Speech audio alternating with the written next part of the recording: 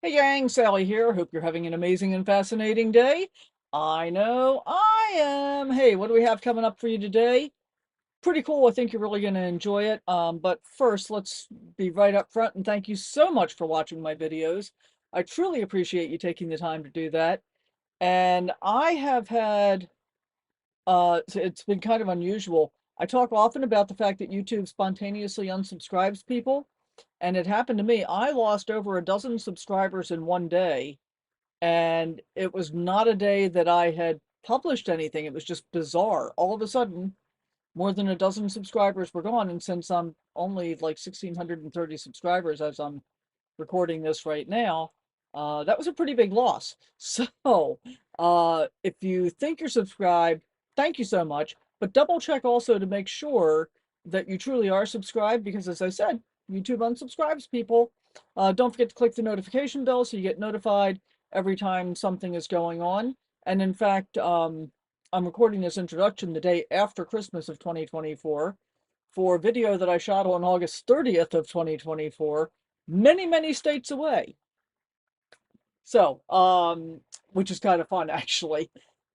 And I did a live stream yesterday for Christmas, and one of the guys that was on the live stream said that he got the notification for it, and that's why he hopped on. So that was very, very cool. So hit the notification bell.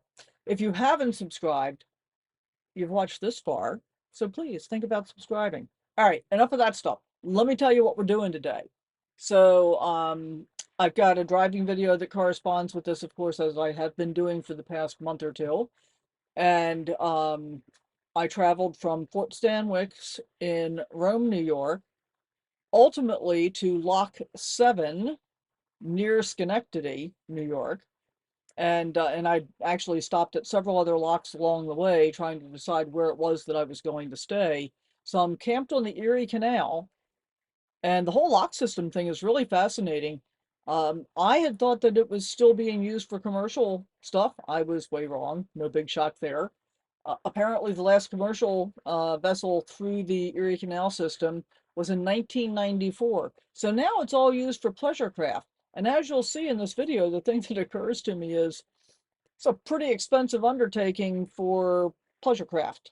And I don't know exactly how many boats a day go through each of the lock systems, but the guy that I was talking to at Lock 7 where I was staying, and actually folks on one of the boats there, said, yeah, they come up and they'll go through, I think they only go through this one lock at Lock 7, and then they go upriver a bit and they have dinner and then they come back down. Kind of cool. The lock thing itself is very, very cool. The parks are really nice. I thought I had filmed more here than I did, so you're not going to get to see a whole lot of that kind of stuff. Um, but you know, they've got a beautiful hike bike trail system that runs along the rail bed of what used to be the New York Central Railroad, right adjacent to the parking area for the lock where I am. So pretty cool. I had a great time there for a couple of days, and I hope you enjoy the video. We're gonna roll the intro and see you on the other side.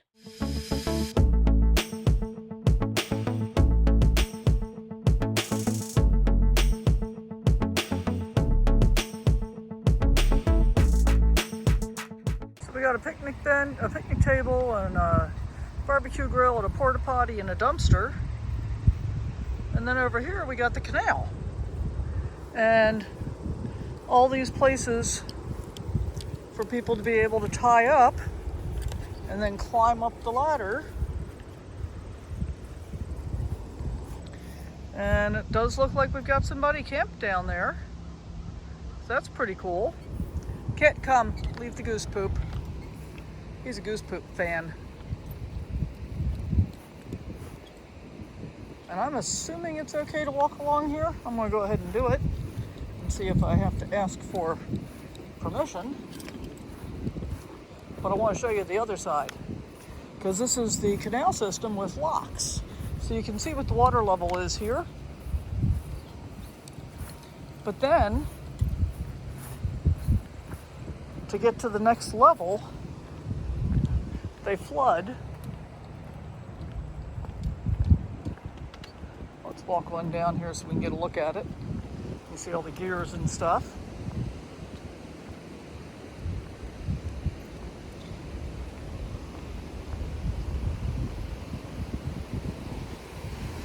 So I guess they bring the water level up in the lock to meet the water level there. And then they open the gates and you float on down to this end. And then when you get to this end, I guess they drop the water level again to go to the other end. So we've got upstream elevation, downstream elevation. Looks like we're going from, I can't tell if that's 225 to 225 to 211. Lift is 14 feet. And then it tells you how far away the next locks are, eastbound and westbound. So 4.92 miles or 82 miles westbound and 10.83 miles eastbound.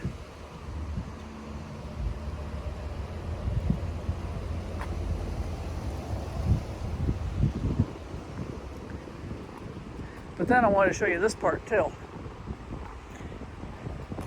And then we're going to go ahead and get back up the road, get back on the road. We're going to go up a little further. This is lock 8. And I could stay here and it would be okay. But I'm going to go for lock 7 and hope I'm not pushing my lock, because that gets me closer to my intended location. If you look down there, you can see more picnic tables and people coming up.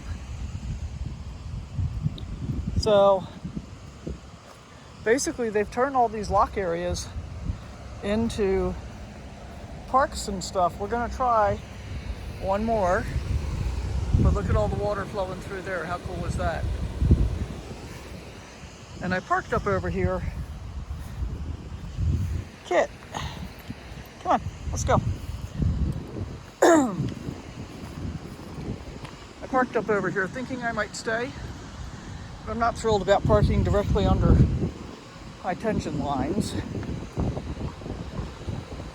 Although I suppose it's not the worst thing in the world. Excuse me. And it is awfully nice to be able to hear the sound of the water. Oh, and the other thing is I'm not too far from the freeway here. So I think lock 7 might turn out to be better. We're going to go find out. And worst case, we're going to end up at Cracker Barrel. All right, so this is lock number 7. And I'm camped right down there behind those trees. So this lock is now at the lower level, and it seems like there is a much bigger disparity at this lock between the upper level and the lower level than there was at lock 8, where we stopped just to look. And you can see all the water flowing over the dam over there.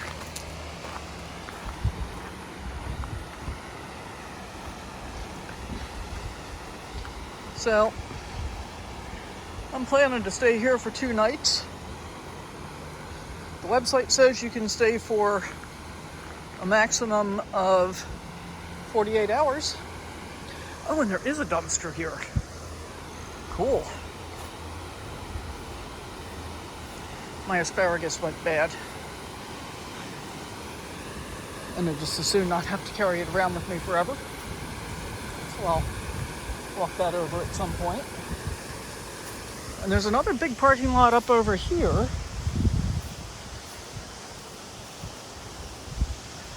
Which there are a few people in.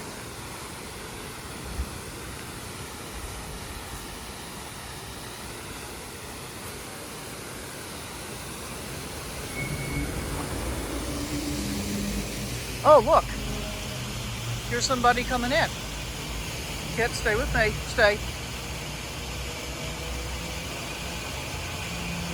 Of course, it looks like he's facing the wrong way. I guess I'll turn around eventually. So you can see the lock gate is closing. Man, I can't believe I get to see this. So I gotta unwrap around Kit.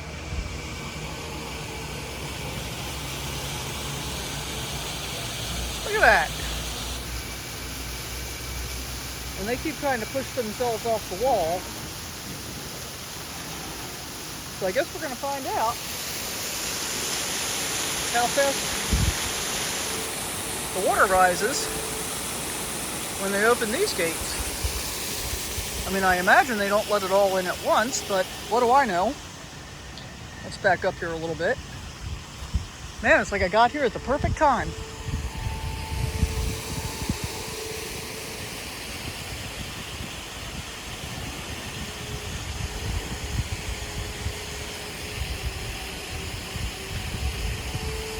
I wish I'd brought my Osmo with me.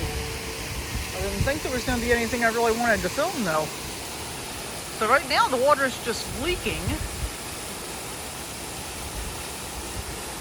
But basically,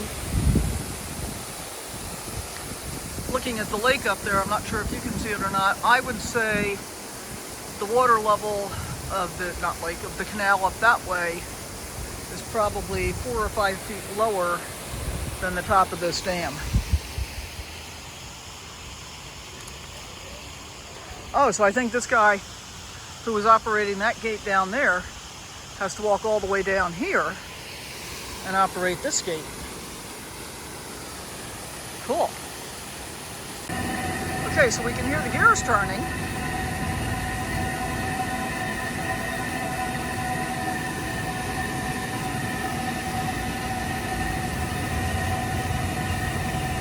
But nothing's happening yet. And if you look down here, these guys are still kind of holding themselves away from the wall. Oh, okay, I guess you've got to set something inside the little house first. Whatever the technical name for that structure with window in it is. And he just walks a little further down.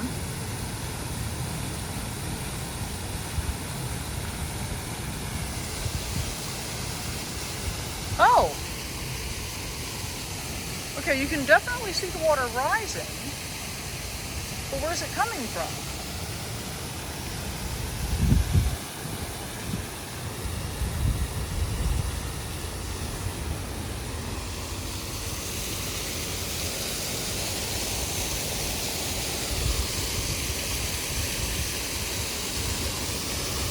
Is there like a pipe underneath or something?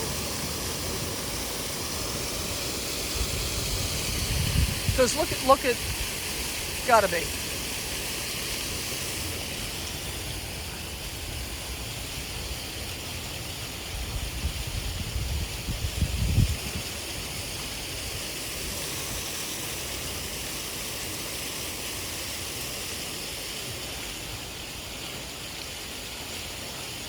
Okay, so you can see where we are now.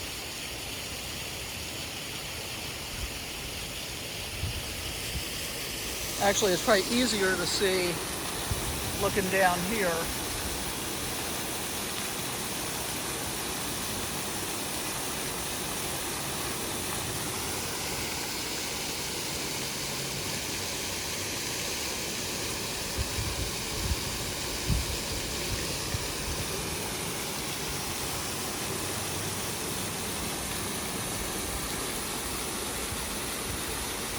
Yeah, you can definitely tell it's rising up on that concrete apron.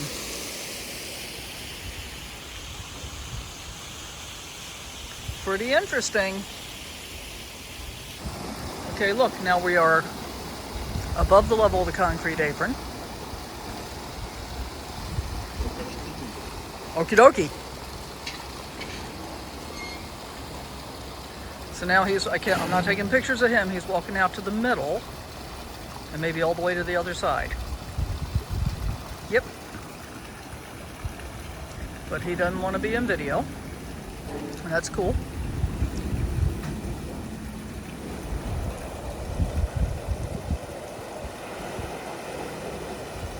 Yeah, I mean, it's definitely rising pretty quickly now.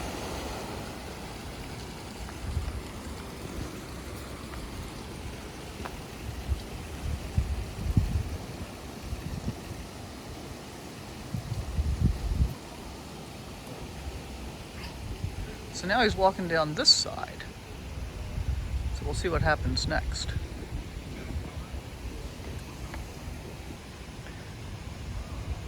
So look how far up they've come already.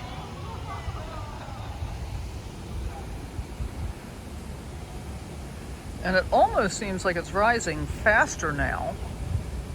That could just be an optical illusion for me. But it's probably got another 5 feet to go to get up to that lake level. And imagine the amount of power it's going to take to open the dam gates on this side, because it's got to push back against the force of all the water on the other side as well. Interesting. Now they've reached the point where they could actually climb out of their boat if they wanted to. And look how high we are here, almost up to the bottom edge of the bumper.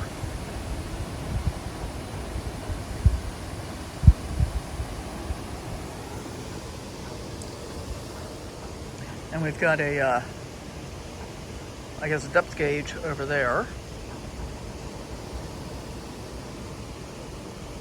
And you can see the great big gear here. Let's look over here real quick. Oh yeah. Here's the gear operator. Turbine, whatever you call it. I have nothing. I'm just making stuff up now.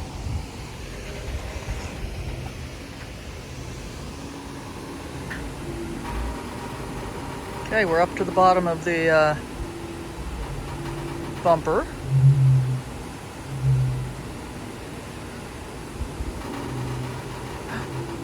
Does it open itself from the water pressure on this side? Because he's still just standing down there talking to them. But it looks like the water is starting to outflow right there.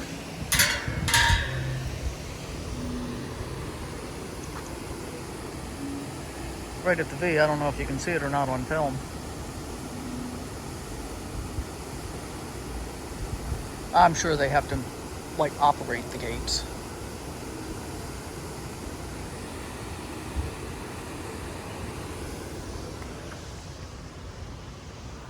This is so cool.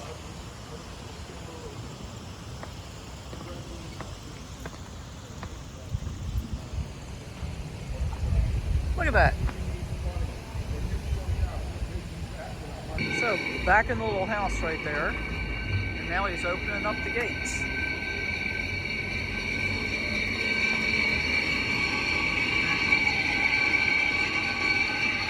can see it coming back.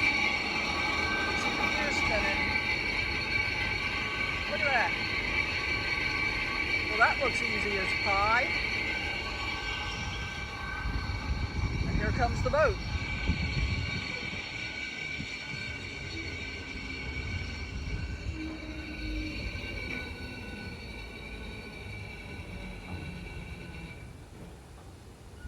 And while we were standing there talking, this boat showed up. So he's just closed the gates on this end. And he's going to be walking down to the other end again.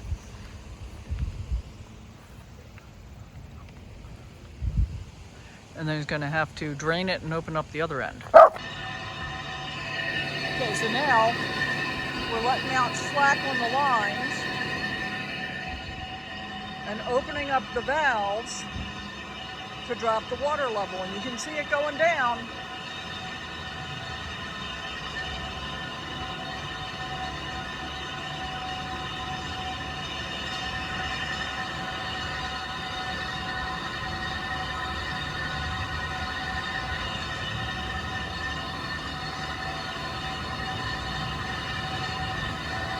Look how fast it goes down.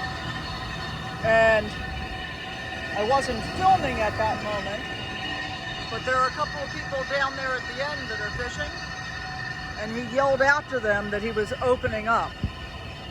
Because of course, let's see if we can see it. See how much more turbulent the water is down on that end now.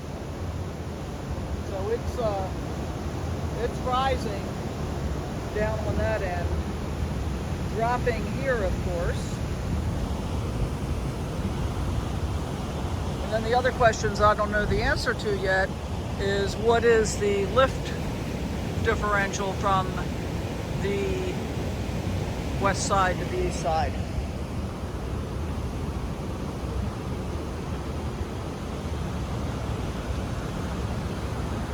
It seems to go down a lot faster than it came in though, which is kind of interesting.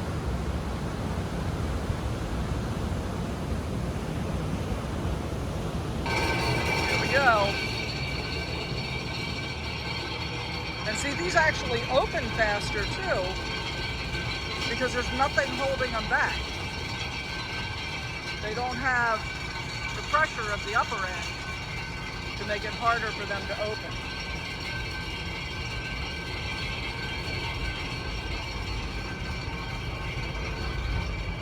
I can't even see the boat down there anymore because it's so low.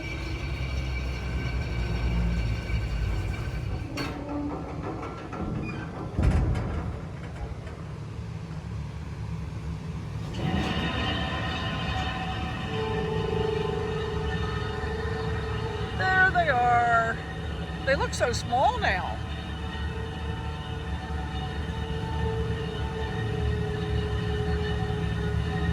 See, they're filming the gate too, because this is such an unusual thing to be able to see. I am so glad I got here for this. I asked Sean, it is a 28-foot lift. So from here to the upper end, 28-foot in difference.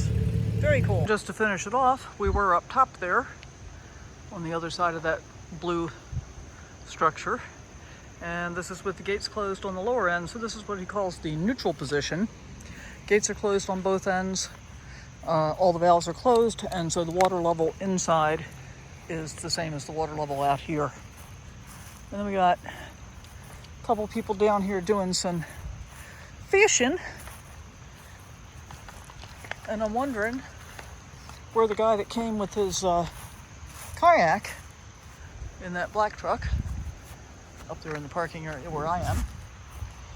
He came down and put his kayak in, and I'm guessing probably down here at the end. We're gonna go look. Here we are, just walking down the street, singing doo-wah-diddy, diddy-dum, diddy-doo. Kit wants to chase him, but we're gonna let him go.